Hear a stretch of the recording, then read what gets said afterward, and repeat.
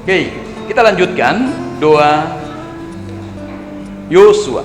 Ayat ini cukup panjang, oleh sebab itu saudara boleh buka Alkitab, diambil dari Yosua pasal 7 ayat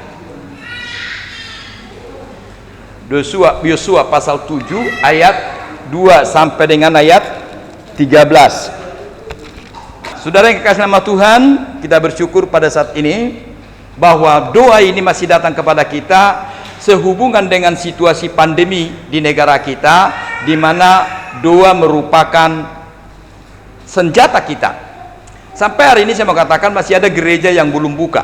Jakarta masih banyak gereja yang belum bisa beribadah, di mana mereka hanya lewat live streaming, YouTube, bahkan ibadah di rumah, berdoa di rumah. Nah, ada banyak orang bilang begini, ya ibadah itu, kalau kebaktian itu di rumah pun kita bisa. Oke, nyanyi di rumah pun bisa, tepuk tangan sama-sama bisa, sampai dengan dengar khotbah pun di rumah bisa. Tapi pasti ada perbedaan. Pasti ada perbedaan di mana persekutuan kita orang-orang kudus berkumpul di rumah Tuhan dengan tinggal di rumah pasti ada bedanya.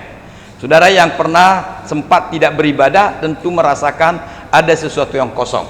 Oleh sebab itu pada saat ini kita mau belajar di masa pandemi ini bagaimana doa Yosua. Baik, udah dapat semua ya?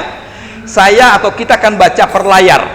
Jadi ada di ayat ini saya bukanya satu ayat satu layar. Kita akan lihat, saya mulai dari ayat 2, saudara nanti baca di layar berikutnya.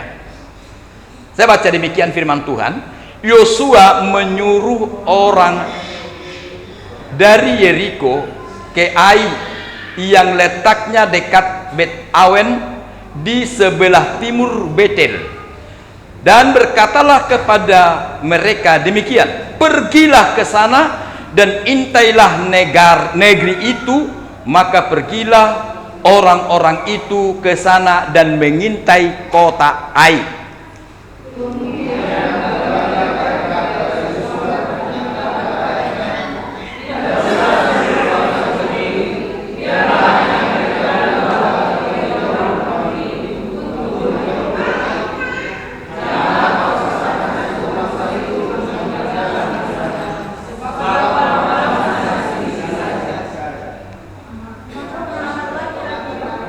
Udah di mana? Oh masih 4 terus. Maka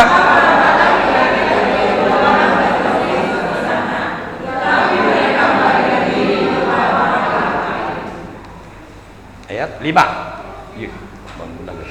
Sebab orang-orang Ai menewaskan kira-kira 36.000 orang dari mereka.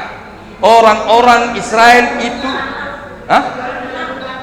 36 orang dari mereka.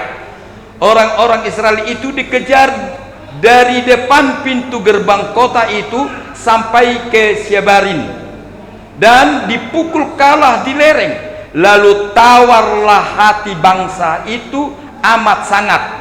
Yosua pun mengoyakkan jubahnya dan sujudlah ia dengan mukanya sampai ke tanah di depan tabut Tuhan hingga petang bersama dengan para tua-tua orang Israel sambil menaburkan debu di atas kepalanya.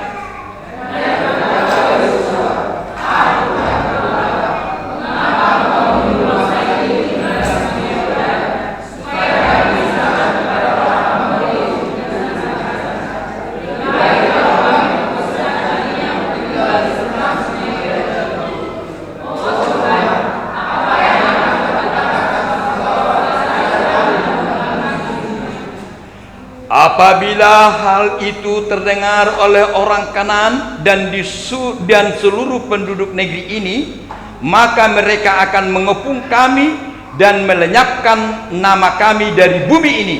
Dan apakah yang akan kau lakukan untuk memulihkan namamu yang besar itu? Lalu berfirmanlah Tuhan kepada Yosua, bangunlah, mengapa engkau sujud demikian?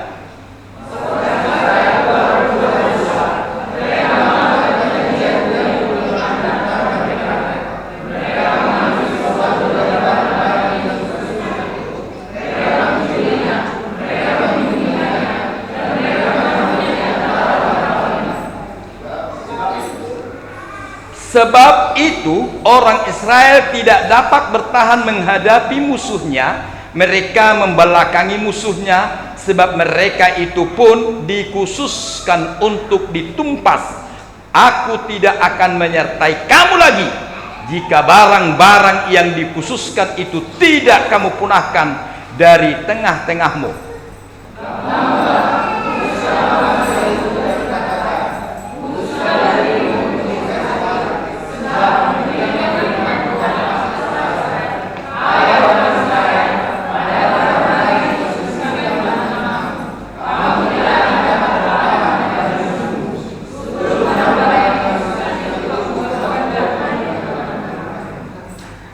Amin.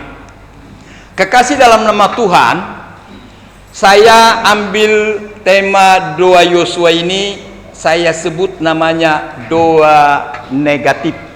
Ada pula ya doa negatif. Ya, doa Yosua ini saya sebut doa yang negatif. Nampaknya?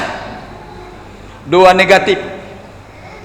Jadi tidak doa yang pantas ditiru, tapi doa yang harus kita perhatikan untuk tidak terjadi dalam doa kita, gitu. Nah, kita lihat doa negatif. Kenapa? Karena doanya Yosua adalah doa yang anggap remeh, menganggap remeh, pernah berdoa anggap remeh. Kalau-olah gampang lah itu Tuhan, gitu ya. Bisa lah itu. Jadi doanya dia berdoa tapi anggap remeh. Yang kedua, doanya Yosua ini doa yang menyalahkan Tuhan. Kemudian doanya Yosua ini adalah doa putus asa.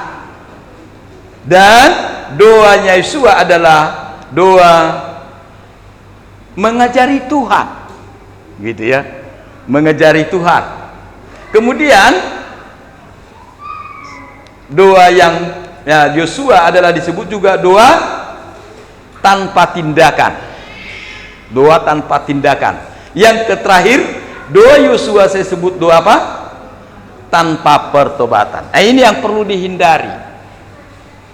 Ya, doa yang perlu dihindari dalam hidup kita.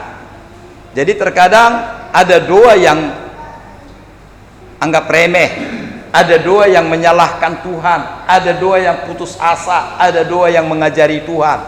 Tuhan, cabutlah nyawanya, katanya misalnya kan, seperti malah menyuruh Tuhan itu apa kita, satpam kita untuk membunuh orang, gitu ya, contoh aja.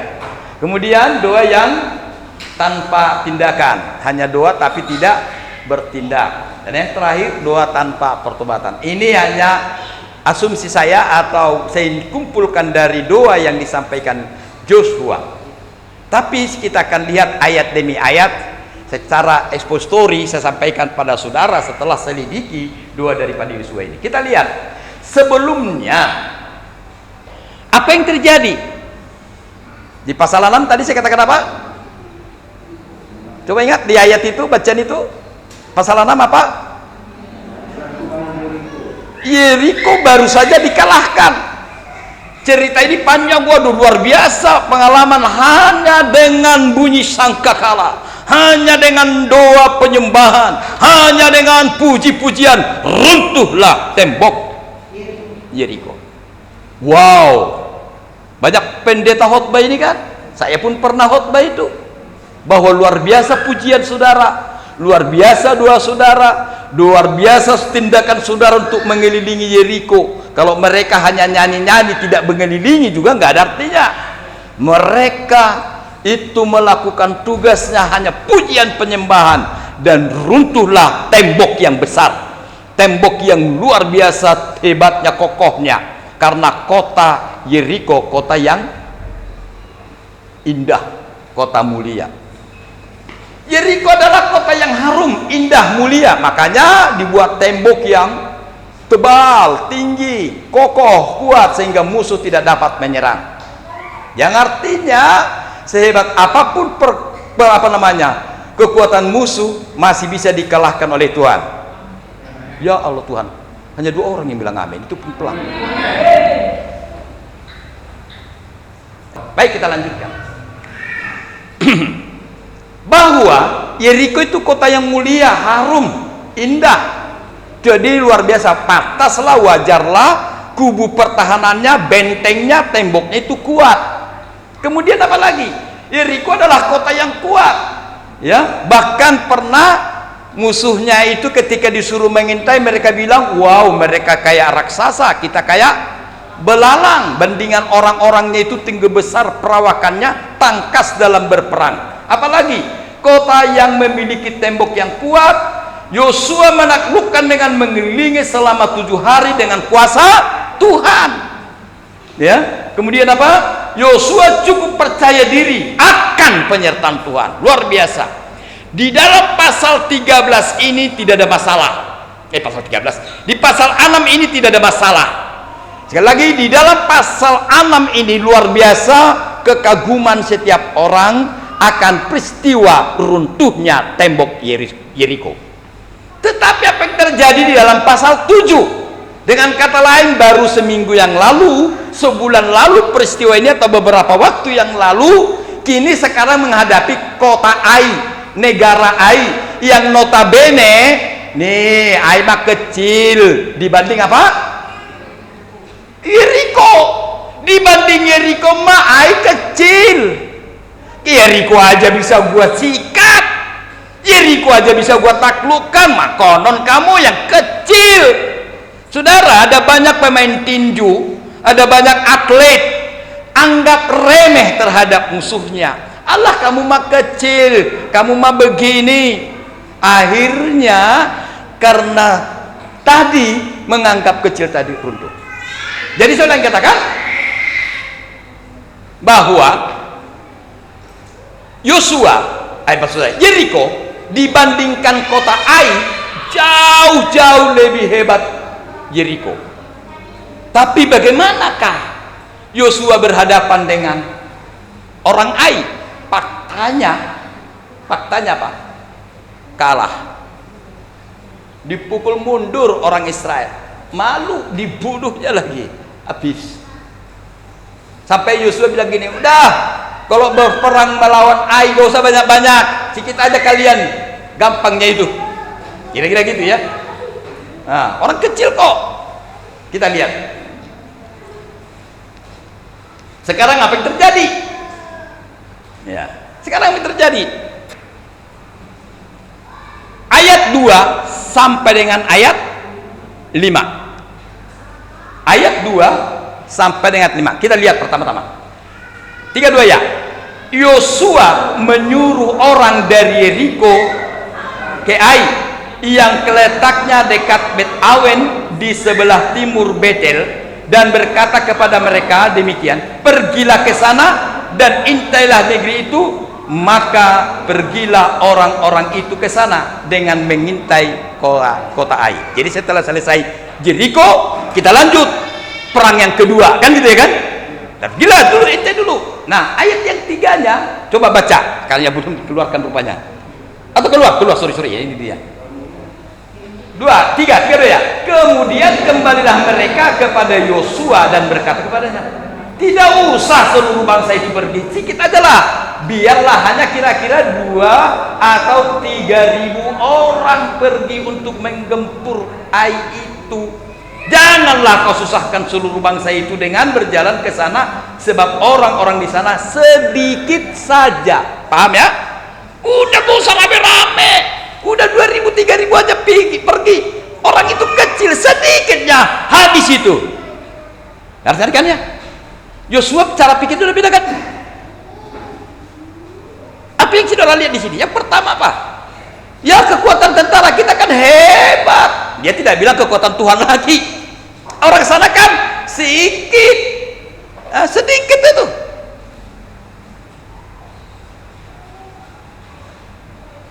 Nah, jadi yang bisa bayangkan yang dipikiran daripada Yosua. Sekarang ayat berapa?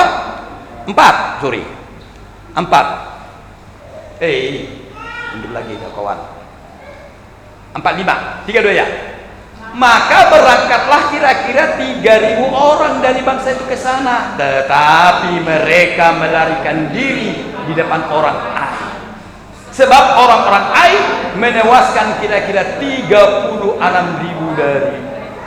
orang dari mereka. Orang-orang Israel itu dikejar di depan pintu gerbang kota itu sampai ke Syebarim dan dipukul kalah di lereng. Apa yang terjadi? Kalah, selain kalah apa lagi? Lari. Terakhir apa? Tawar hati. Bukankah kita kemarin khotbah tentang Yosua, jangan tawar hatimu? Bisa bayangkan bangsa itu, istri tentara itu atau yang berjuang itu kira-kira apa dibilang? Kan aku bilang kemarin. Wah, semua mungkin mempersalahkan yo. Nah, lalu pertanyaannya, mengapa terjadi ini? Yang pertama, karena Yosua memandang remeh orang-orang Ai. Tadi saya sudah singgung sedikit. Orang yang memandang remeh, bisalah itu, aku bisa kok. Hati-hati dalam sekolah. Mungkin kau di sekolahmu, di kelasmu dulu, kau juara 1. Tiba-tiba kau anjlok, anggap remeh. Saudara, jangan anggap remeh dengan orang dari kampung. Karena belum tentu kau lebih hebat. Jangan anggap remeh dengan orang yang kurus. Karena belum tentu yang gemuk itu hebat. Amin. Ada banyak pemahaman tidak anggap remeh. Ya, jangan anggap remeh hanya sesekali merokok. Jangan anggap remeh hanya sesekali minum, hanya tahun baru doang sampai baru mabuk. Jangan anggap remeh utang sedikit. Pinjamlah dulu, saudara, bisa rumah terjual. Jangan anggap remeh dengan anak yang terlalu dimanja. Ini contoh aja. Karena itu bisa berakibat fatal. Kita lihat. Yosua memandang remeh orang-orang Ai karena lebih kecil dibanding Yeriko yang besar aja bisa kita taklukkan. Konon lagi yang namanya kota Ai. Sampai dibilang tadi apa? Gak usah banyak-banyak, sedikit aja kalian. Terus apa lagi? Apapun, mari kita baca sama-sama. 3, 2 ya.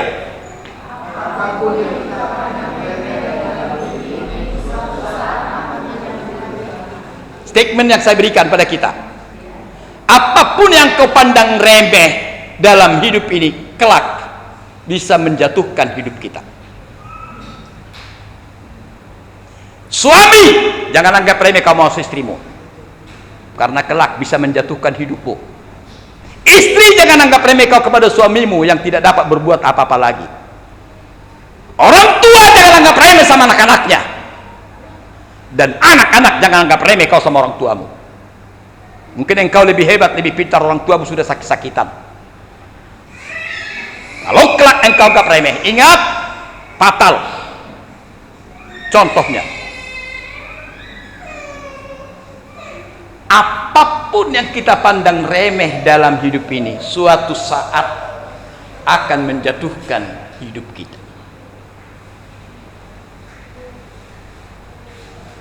Lanjut. Jangan suka. Garing bilang amin. Jangan suka meremehkan.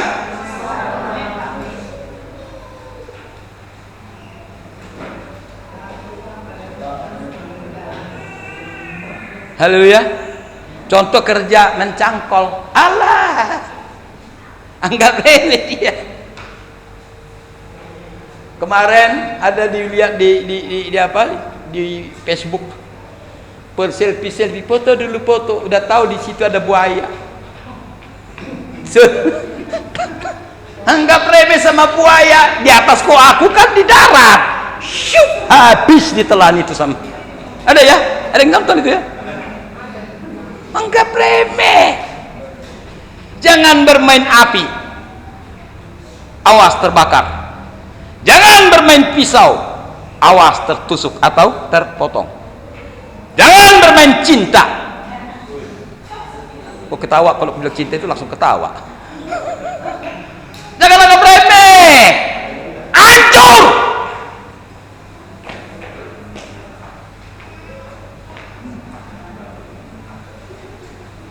Saudaramu, familimu, edakmu, atau anak tulangmu jangan anggap remeh walaupun dari kampung. Karena kelak belum tentu dia lebih hebat dari dirimu. Mari kita lanjut ya. Mari kita baca sama-sama.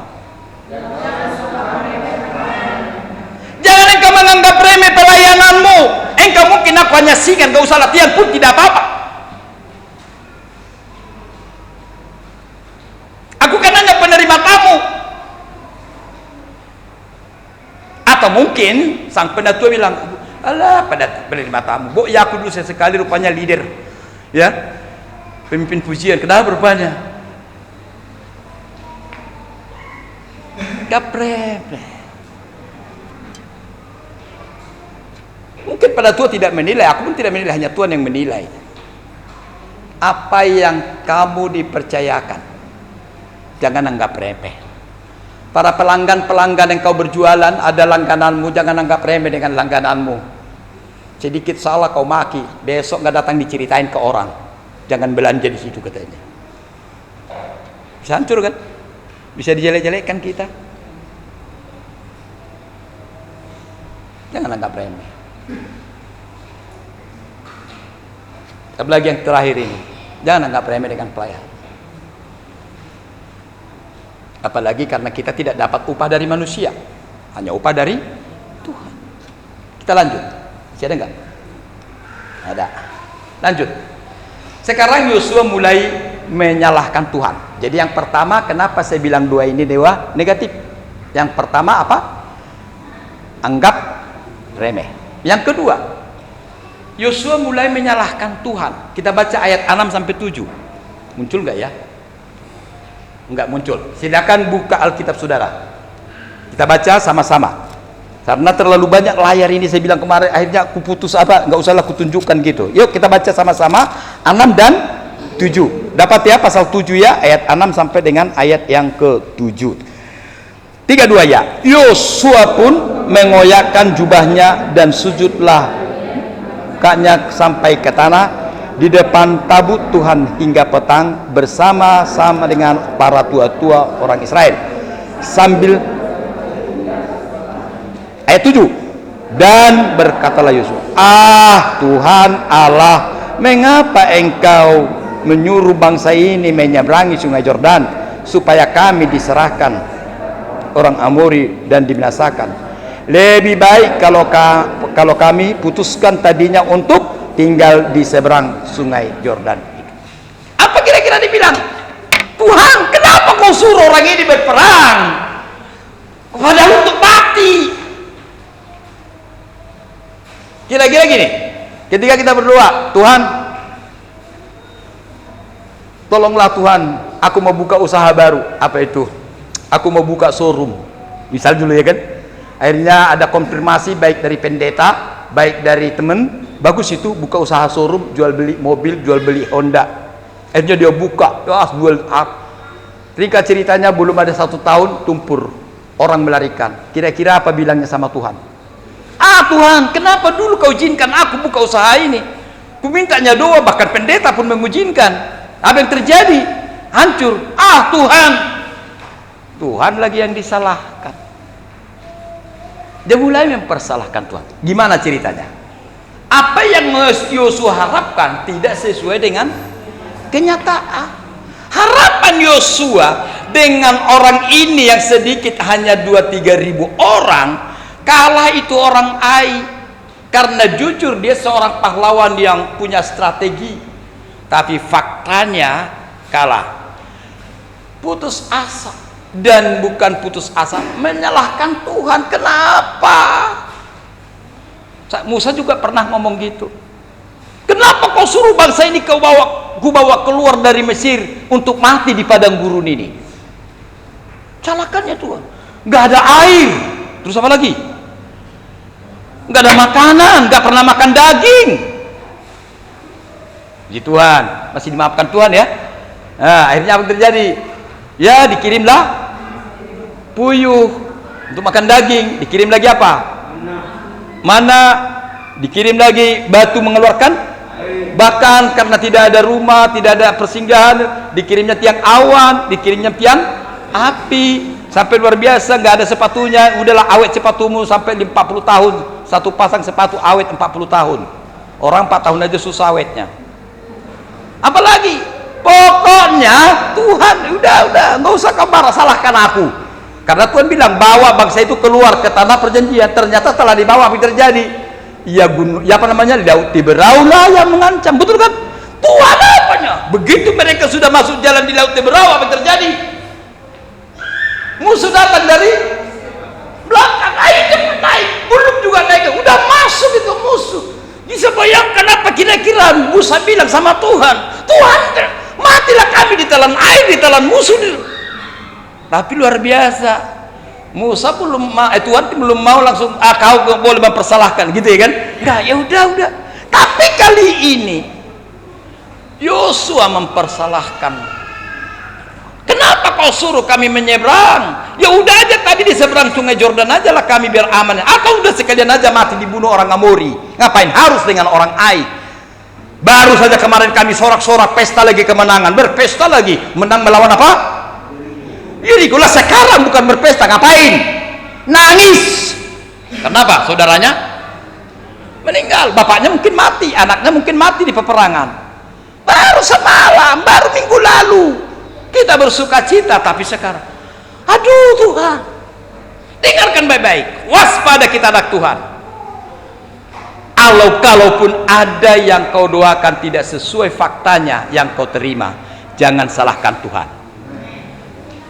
Ada pepatah orang Indonesia, pemimpin itu tidak salah, dan kalaupun salah, kesalahannya adalah pemimpin tidak pernah salah. Kan itu, Tuhan pun begitu, tidak pernah salah. Jangan kau salahkan Tuhan mengasih jodoh bagimu yang seperti itu, ya kan? Jangan kau sesali dan lain sebagainya. Tapi yang jelas kita introspeksi diri, di mana kesalahan saya. Jangan pernah salahkan Tuhan ketika sampai detik-detik terakhir kau belum mendapat jawaban dari Tuhan. Berikutnya, mari kita baca. Mengapa Tuhan memerintahkan kami menyerang air? Mengapa Tuhan memerintahkan kami menyerang Ai? Kalau tohnya kami kalah, terus lebih baik kami tinggal di seberang sungai Yordan dan seterusnya. Jadi sudah dari 2 ayat tadi kelihatannya Yosua nggak terima perintah Tuhan, malah menyalahkan Tuhan. Sekarang nomor 3, Yosua berpikir bagaimana Allah membela kita. Nah, ini dia yang jadi masalah lagi. Udah, kalau udah gini gimana lagi, ya kan? Bahasa apanya, nasi sudah jadi, gimana Tuhan mau beda lagi? Sudah sempat, sudah kadung, sudah kaset, orang Jawa bilang. Terlambat sudah. Bukan itu tujuanku. Terlambat sudah, semuanya telah berlalu. Apalagi keburu sudah mati, sama dengan waktu Tuhan Yesus. Ngapain lagi kau datang? Siapa tuh kecil? Waktu si sakit apa? Lazarus ya, Lazarus. Waktu saudaranya Maria dan Marta bilang, Tuhan datanglah ke rumahku, adik kami si Lazarus lagi sakit. Datang udah mati, bahkan sudah 4 hari dikubur. Terlambat sudah. Wajahnya si Maria dan si Marta itu wajah kecewa. Bisa gua aja kecewa? Datanglah Tuhan Yesus, salam, kira-kira gitu kan? Gitu kan? Salam. Bisa? Wajah, kalau jawab kira-kira seperti itu, salam. Lalu, ya masuk. Tapi wajahnya enggak respon. Seperti itu ketika Tuhan Yesus datang ke rumah Maria. Terlambat Tuhan, udah 4 hari dikubur, ngapain lagi? Udahlah itu. Tapi Tuhan Yesus, ayolah ke kubur. Mana, tunjukkan sama kubur. Gulingkan dulu. Hai Lazarus keluar. Jadi seperti itu yang dibayangkan sih. Yosua udah terlambat, sudah sempat mati, sudah sempat mundur, sudah yang terakhir sudah sempat apa? Tawar hati. Mau diapain? Bagaimana cara memulihkan ini lagi? Gimana lagi? Aku ini sebagai pimpinan di sini, gimana aku memulihkan hati rakyat yang tawar ini? Jangan-jangan besok aku dilempari dengan batu. semua mempersalahkan aku. Kira-kira gitu. Gimana aku? Dia coba mau bela Tuhan. Kita lihat ayat 89. Yuk.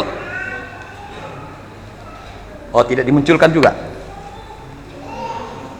Kita lihat 89. Dapat ya? Yuk kita baca sama-sama. 3, 2 ya. Oh Tuhan, apakah yang akan kubuat setelah apabila hal ini terdengar oleh orang-orang Kanaan dan seluruh penduduk, maka mereka akan menyepung kami dan melenyapkan nama kami. Dan apakah yang akan kami lakukan untuk memulihkan namamu yang besar? Tahu ya, namamu, nama siapa? Dengan kata lain gini nih.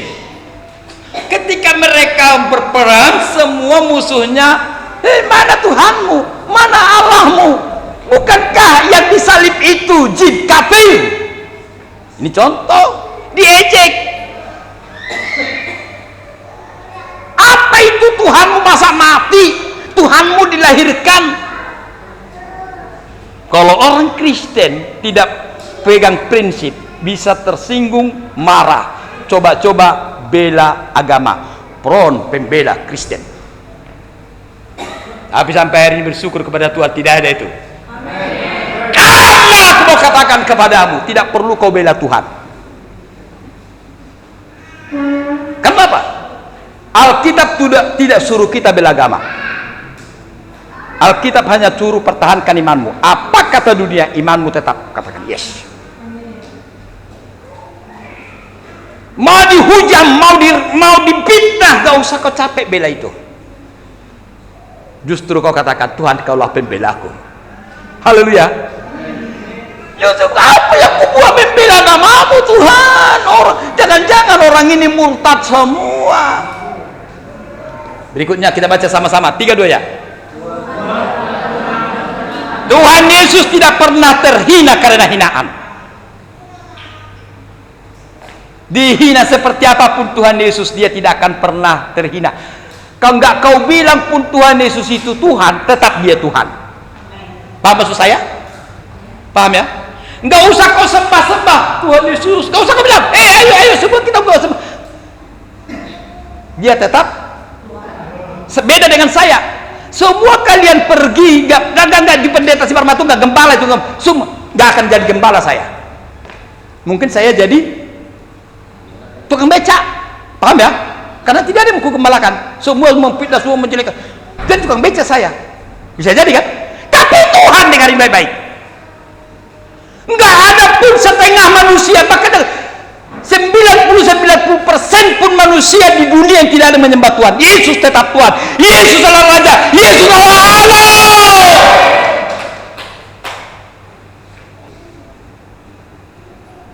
Yosua coba mau bela Tuhan, pikirnya Tuhan senang dibela. Pekerjaan Tuhan mungkin kita bela, oke.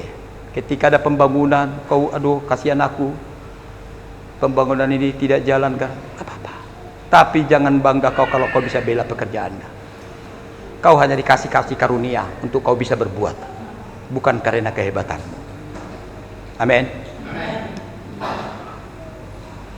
3, 2 ya. Iman kita.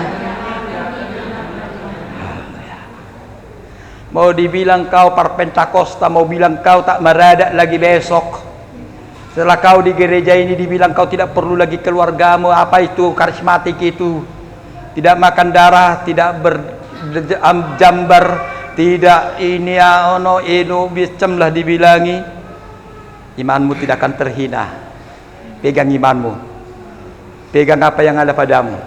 Sejak engkau terima Yesus dalam hidupmu, sejak engkau terima pengajaran, orang bisa meludahi engkau, tapi Tuhan tidak akan pernah bisa diludahi. Tidak terhina engkau dengan ludah, tidak terhina. Paulus sudah rasakan masuk ke penjara hanya karena Injil, tapi justru ketika keluar dari penjara, luar biasa pemakaian Tuhan. Amin. Ada orang yang disingkirkan karena agama, disingkirkan karena iman, tapi dengarkan baik-baik, kelak Tuhan akan mengangkat. Haleluya. Sudah banyak contoh kita lihat di bangsa negara ini. Kenapa kau harus takut? Kenapa harus takut? Kalau ada di gereja kita, di pejabat-pejabat, hanya karena iman, dia rela korbankan Tuhan, takut dia disingkirkan di pekerjaannya. Salah. Sebelum kau jadi pejabat, pegang firman Tuhan ini. Amin. Amin. Yesus tidak pernah terhina karena hinaan. Imanmu tidak akan pernah terhina karena hinaan. Suatu saat mungkin di suatu tempat semua orang dengan atributnya, kau sendiri yang berbeda. Tunjukkan. Suatu saat mungkin di pesta semua orang makan yang berdarah, kau tidak bisa makan. Hanya dengan ikan asin itu pun tak ada. Ya sudahlah, enggak usah makan. Kau tidak terhina kok. Tuhan bisa buat kau kenyang. Karena firman Tuhan katakan, manusia hidup bukan dari roti, tapi dari firman Allah. Ketika kau berpikir firman Allah. Haleluya. Terakhir, 3-2 ya. Cek dalam Alkitab, pembelaan Tuhan itu lebih besar. Tuhan akan membela saudara. Tuhan membela. Tuhan pembelamu. Saya mau ngomong ini bukan hanya dengan kata-kata, tapi saya sudah lebih dahulu merasakan. Pembelaan hanya dari Tuhan. Mungkin anakmu kelak tidak bela kau, suamimu tidak membelamu, keluargamu tidak membela engkau, apapun tidak yang bisa bela kau. Hanya imanmu yang membela kau.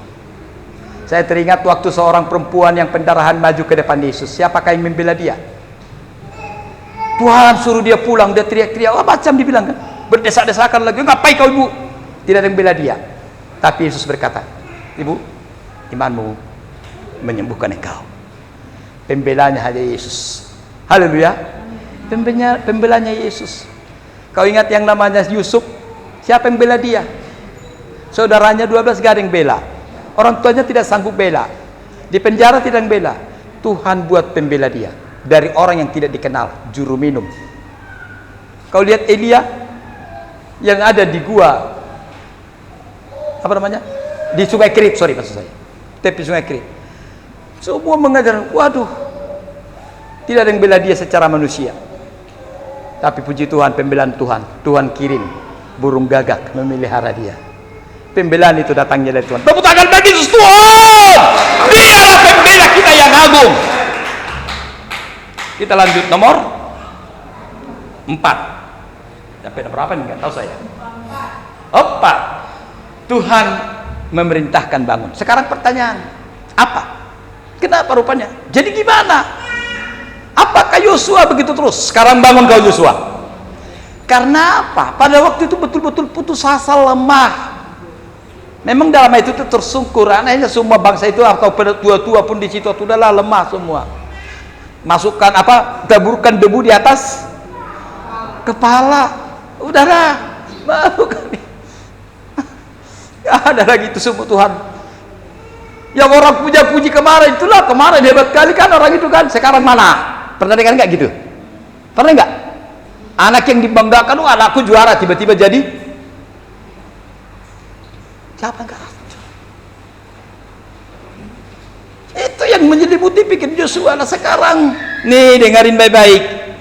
Kalau engkau merasa hal yang sama, tekanan yang begitu berputus asa, jika beban berat mengenal hidupmu, terus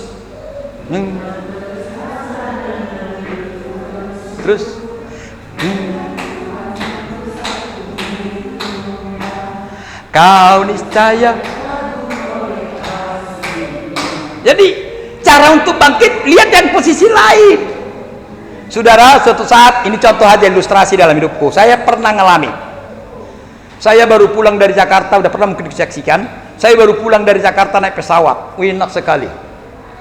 Pesawat, menikmati fasilitas. Pendeta yang tidak ada apa-apanya tiba-tiba menikmati fasilitas dari Tuhan. Tiba-tiba 2 hari lagi harus berangkat ke Teluk Panji naik kereta. Sampai di kereta, di perjalanan saudara, di sawit-sawit yang sepi, panas matahari, bocor kereta, dinaiki salah, tidak dinaiki salah, bahkan terakhir putus rantai. Nangis sama Tuhan. Tuhan, kemarin aku masih naik pesawat, Ini jangankan naik pesawat, Bo, iya jangan putus rantai. Tapi hanya satu. Tuhan bilang, ingat kemarin, Tuhan akan membuat segalanya seimbang. Di satu sisi kau bersuka cita, di sisi lain kau mungkin akan mengalami. Amin. Ada saatnya. Segala sesuatu ada masanya. Jangan langsung semua anggap semua akan beres. Giliran naik, awak pikir ya kan, pesawat aja bisa. Tadi ya kan melawan apa tadi?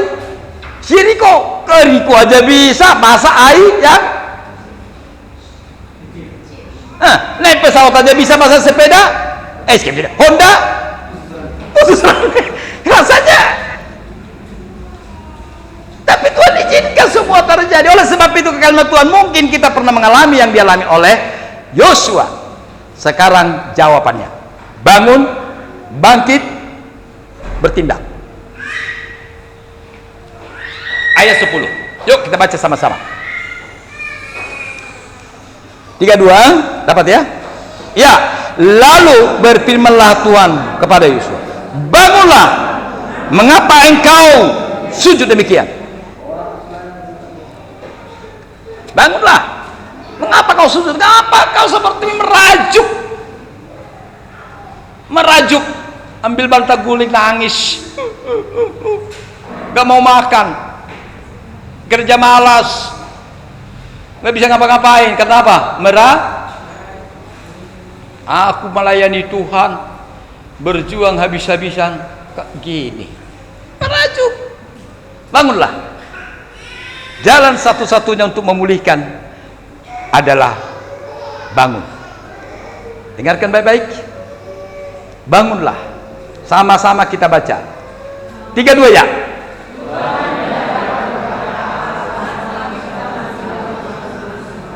Tuhan tidak bisa berbuat apa-apa selama kita putus asa. Gak bisa. Modal terutama di dalam diri kita adalah semangat. Katakan sama kiri kananmu, semangat. Semangat. Semangat. Siapa sih yang gak pernah mengalami perang? Aduh.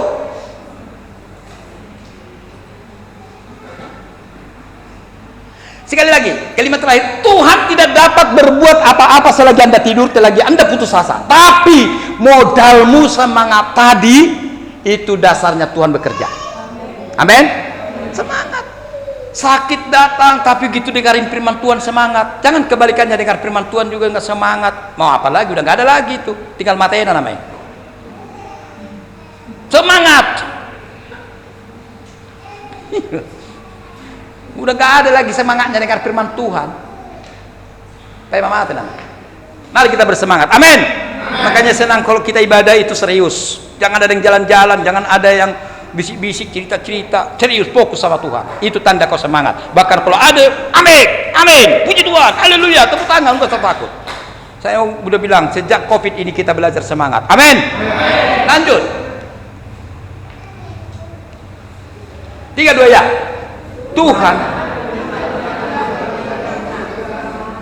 Tuhan akan bertindak ketika bangkit dan berserah. Aku berserah, aku berserah pada Yesus Juru Selamat. Coba kita buat lagu itu agak gaya kita, nggak usah langsung aslinya aja ya. 3, 2 ya. Aku berserah, aku berserah pada Yesus Juru Selamat. Amin. Nyanyikan 5 kali bangun tidur, datang air matamu. Kalau nggak percaya, buktikan mulai besok. Gak usah panjang nyanyimu dulu. Kalau nggak pandai kau bermazmur atau nyanyi-nyanyi yang lain, nyanyikan 5 kali. Saya punya ilustrasi seorang ibu-ibu yang pernah datang di karismatik, termasuk di gereja kita. Dia hanya ingat satu nyanyian, yang apa itu? Bapa terima kasih. Ceritanya dia udah berdoa gaya yang lama. Kali Tuhan on. Selesai dia nyanyi, Bapak terima kasih, ulang-ulang sampai 5 kali. Tangis menjerit-jerit sama Tuhan dia. Tuhan, terima kasih. Oleh sebab itu, mulai besok pagi bagi jemaat yang belum terbiasa menyembah atau berdoa pagi, mulai besok pagi katakan. Bikin gaya nambela, bagus nambela.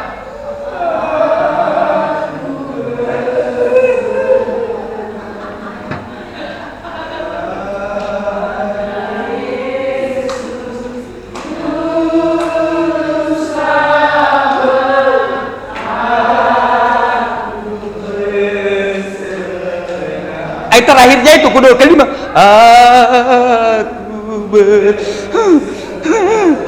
jangan sampai habis ya. Haleluya, tepuk tangan bagi Yesus.